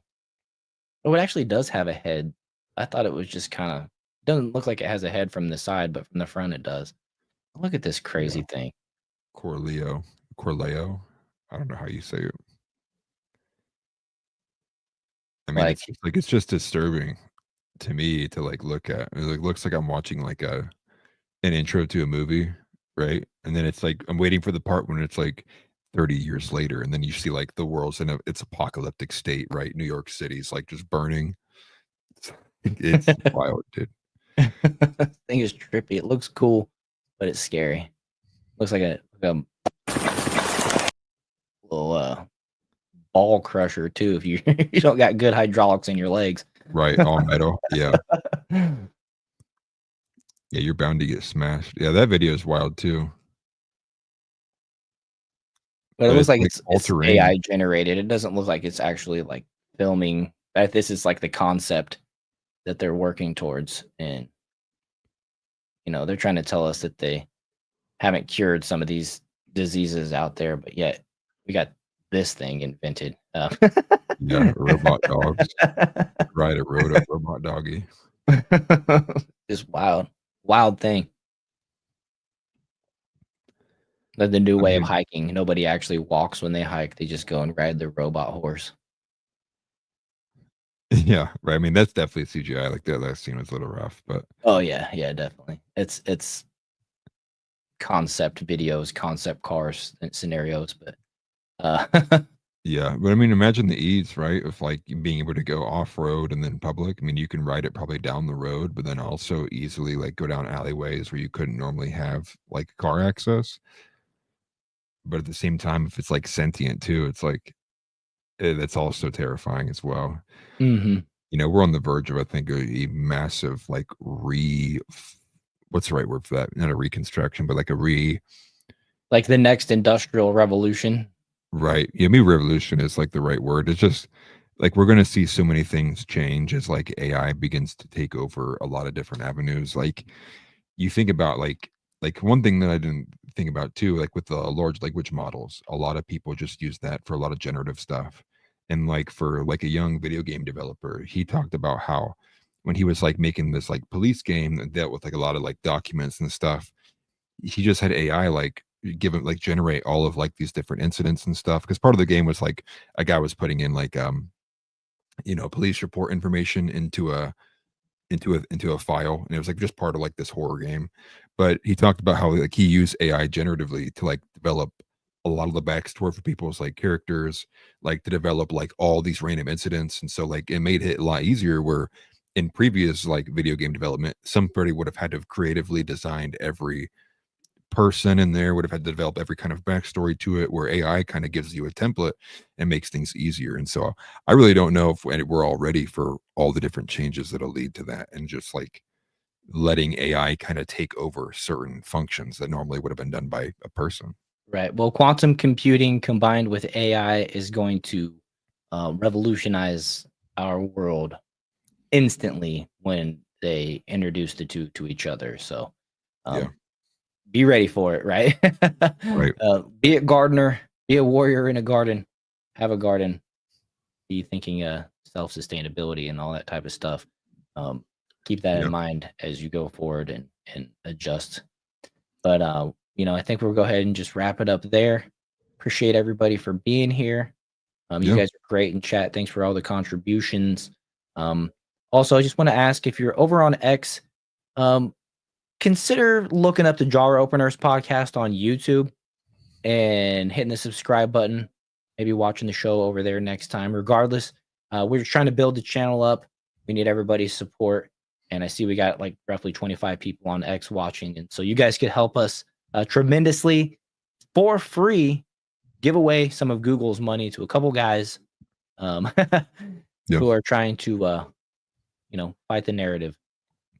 And so anyways, I appreciate everybody. You guys have a great night. God bless you. And as always, Christ is King. Christ is king. Good night, everybody.